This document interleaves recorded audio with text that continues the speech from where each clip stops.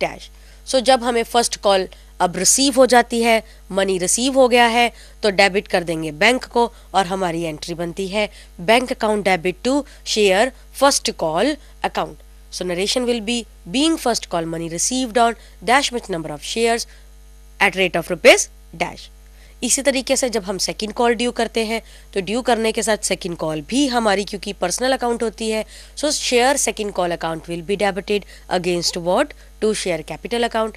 जैसे हमने पहले फर्स्ट कॉल को ड्यू किया, इससे पहले हमने अलॉटमेंट मनी को ड्यू किया, उससे पहले हमने एप्लीकेशन मनी को ट्रांसफर किया, सिमिलरली सेकंड कॉल मनी को भी ड्यू करते वक्त हम क्रेडिट किसको करते हैं, to share capital account. And narration will be being second call money due on dash much number of shares at rate of rupees dash। When second call money is received by the company, तो receive हुआ, bank आ जाता है, और जैसे हमने पहले first call के time पे और अलॉटमेंट मनी रिसीव करने के टाइम पे, एप्लीकेशन मनी रिसीव करने के टाइम पे एंट्री की, उसी तरीके से अब हम यहाँ पे भी एंट्री करेंगे bank account debit to share second call account, और नरेशन लिखेंगे being second call money received on dash much number of shares at rate of rupees dash, जितने से भी हमने सेकंड कॉल मंगवाई होगी।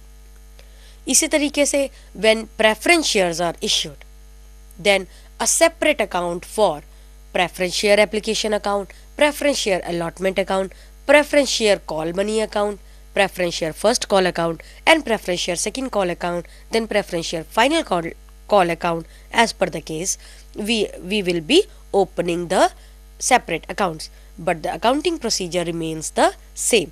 जहां पर अभी तक हमने शेयर एप्लीकेशन लिखा है वहां पर फिर हम मेंशन कर देते हैं प्रेफरेंस शेयर एप्लीकेशन। इसी तरीके से जहां पर अभी तक हमने लिखा है शेयर अलॉटमेंट, उसकी जगह हम लिख देंगे preference share allotment and so on. So this is how the accounting treatment is done when the shares are issued। In case of oversubscription, sometimes it happens that shares are oversubscribed। oversubscribed का मतलब जितनी money हमने call की थी, जितने shares हमने public को issue करने थे, पब्लिक ने हमको उतने शेयर से ज़्यादा शेयर्स के लिए अप्लाई कर दिया।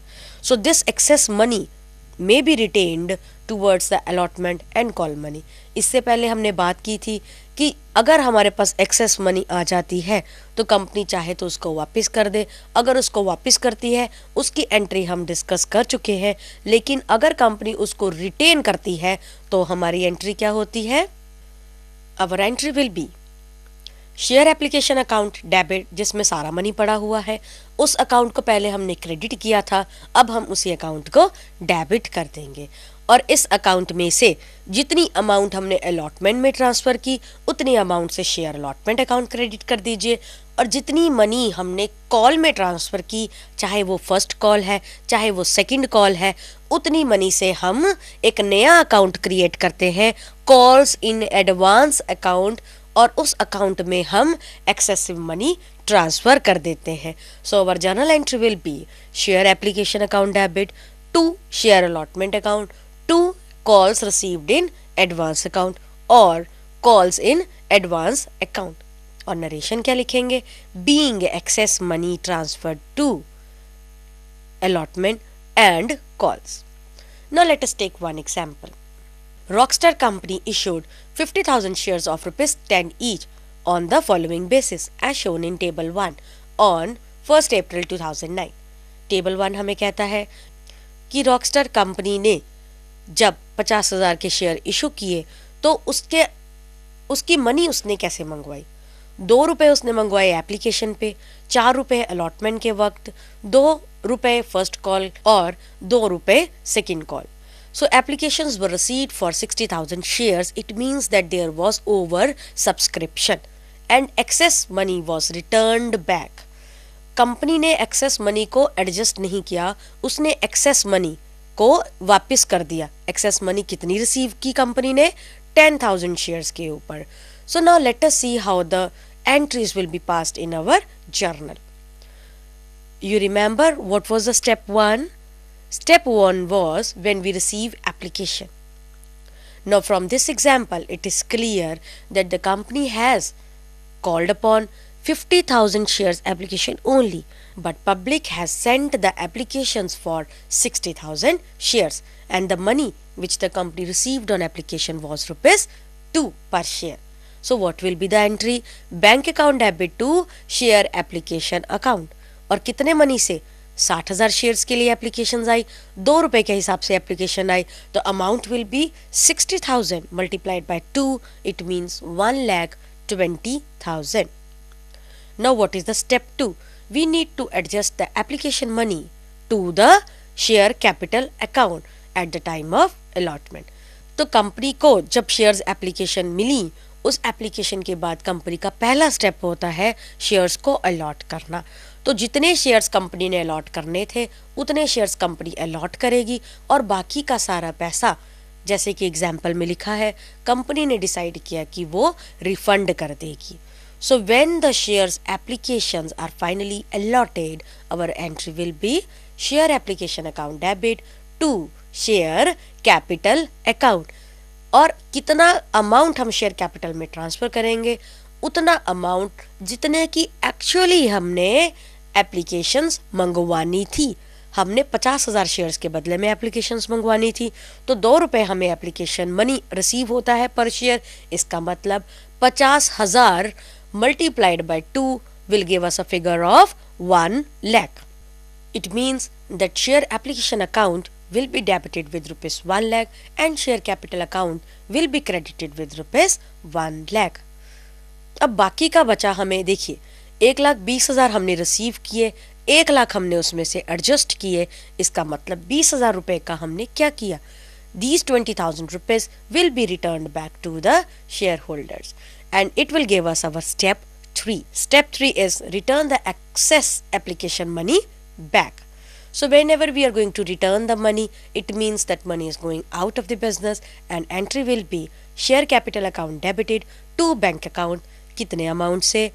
10,000 एप्लीकेशंस हमें ज़्यादा आई, 2 रुपए के हिसाब से हमने उसके ऊपर एप्लीकेशन मनी रिसीव किया था.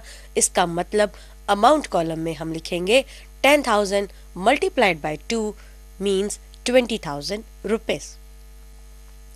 Now our step 4. हमने शेयर्स का एक्सेस मनी वापस कर दिया. अब जो अलॉटमेंट हमने कर दी, अलॉटमेंट मनी उन शेयर्स के ऊपर ड्यू हो जाती है.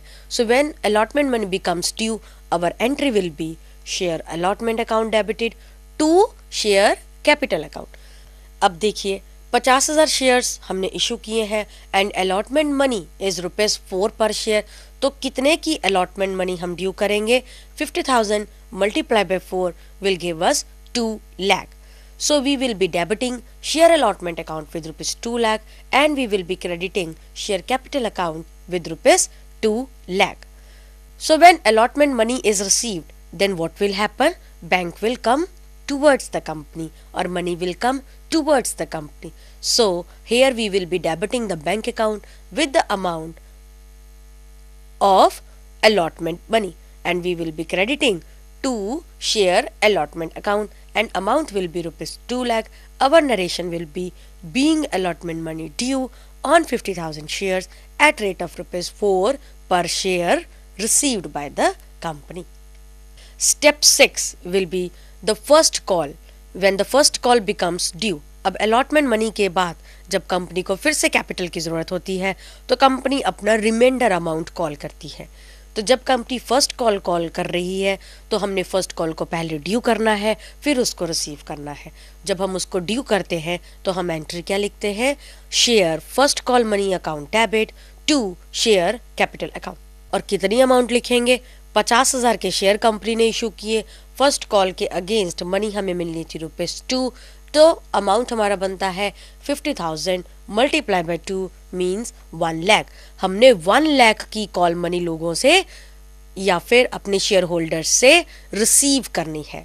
Our step 7 will be to receive the first call. So when we are receiving the first call, it means that the bank will be coming towards the company. So we will be debiting the bank account and what will be credited? Share first call account. Our journal entry will be bank account debit to share first call account and narration will be being first call money received on 50,000 shares at rate of ₹2 per share. अब इसके बाद company अपनी second and final call due करेगी और फिर इसको receive करेगी. So when second and final call becomes due, our entry will be share second and final call account debit with the amount 50,000 multiply by 2 because 2 is the amount of the second and final call. तो ये 2 रुपए मंगवा के company अपने पूरी की पूरी capital को पेड अप कैपिटल में कन्वर्ट कर लेती है, पूरे के पूरे 10 रुपीज कॉल कर लेती है. तो यहाँ पे जो अमाउंट हम लिखेंगे वो होगा 50,000 multiplied by 2 means 1 lakh. So our entry will be share second and final account debit to share capital account amounting to rupees 1 lakh. So when the company receives the second and final call, our entry will be bank account debit to share second and final call account amount to rupees 50,000 multiplied by 2, that is 1 lakh.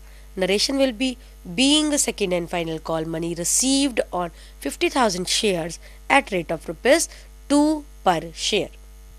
Now let us see how the ledgers are prepared. The formulation of ledger is same as we have discussed in our earlier chapters of journal ledger and trial balance. Here also we will be opening separate ledgers for all sorts of accounts which we have maintained. For example, share capital account, share allotment account, share application account, share first call account, share second and final call account, then bank account, and all the entries from journals will be posted in the respective ledger account. So in front of your screens you have share capital account with you. On the left hand side there is debit, on the right hand side there is credit, and the pro forma is same as we have discussed in our ledger accounts. So from this example we are going to extract the information about share capital. जैसा कि हमने first step में देखा, हमारे पास bank account आया था along with share application, तो वहाँ पे कोई भी एंट्री शेयर कैपिटल की नहीं थी, इसलिए हमने कोई भी एंट्री शेयर कैपिटल अकाउंट में नहीं डालनी. सेकेंड स्टेप में हमने देखा कि वहाँ पर शेयर एप्लीकेशन का मनी हमने शेयर कैपिटल में ट्रांसफ़र कर दिया. तो जब हमने उसको ट्रांसफ़र कर दिया, क्रेडिट हैंड साइड पे हमने लिख देना है बाय शेयर एप्लीकेशन अकाउंट, और हमारा मनी था 1 लाख रुपीस. इसके बाद हमने शेयर अलॉटमेंट जब ड्यू की, तो शेयर अलॉटमेंट का मनी भी हमने शेयर कैपिटल में ट्रांसफ़र कर दिया, अमाउंट था 2 लाख रुपीस. फिर हमने फर्स्ट कॉल ड्यू की और उसका अमाउंट भी अब हम शेयर कैपिटल अकाउंट के लेजर में डाल देंगे by share first call account, amount था rupees 1 lakh. After that share second and final call was due and we have now transferred or posted that amount to the share capital account and amount is rupees 1 lakh. After this, what is our step? Our step is to balance the accounts because there is no more entry in share capital account. And when we balance, we have observed that on left side there was no entry, whereas on the credit side, that is the right side, there was the sum total of 5 lakh rupees. It means that the debit side is short by rupees 5 lakh, and this 5 lakh will become our balancing figure. And whenever there is a beginning of next year or next period, this 5 lakh will appear on the credit side of the share capital account. So this is how we prepare ledgers out of the journal. Now let us see what happens to the bank account. The first entry for bank account was our step 1, which showed that bank account debit to share application account. So here also on the debit side we will be writing to share application account amounting to rupees 1,20,000. फिर उसके बाद step 3 में हमने देखा कि 20,000 rupees वर returned back. जो excess money हमने receive कर लिया था वो मनी हमने वापस कर दिया. तो यहाँ पे हम क्रेडिट साइड पे लिखेंगे by share application account amounting to rupees 20,000. उसके बाद हमने शेयर अलॉटमेंट मनी रिसीव किया and we have written to share allotment account amounting to rupees 2 lakh. फिर शेयर फर्स्ट कॉल रिसीव किया, so to share first call account amounting to rupees 1 lakh. After receiving first call, we received share second and final call. So here on the debit side, we will be writing to share second and final call account amounting to rupees 1 lakh. Now we are going to balance our account. The debit side of the bank account shows the balance of 5,20,000, whereas the credit side shows the balance of 20,000 only. It means that the credit side is short by rupees 5 lakh. And this 5 lakh will become our balancing figure. It will appear on the debit side of the bank account when the new period will begin. So the bank account will show the debit balance of rupees 5 lakh. So this is how we prepare ledgers.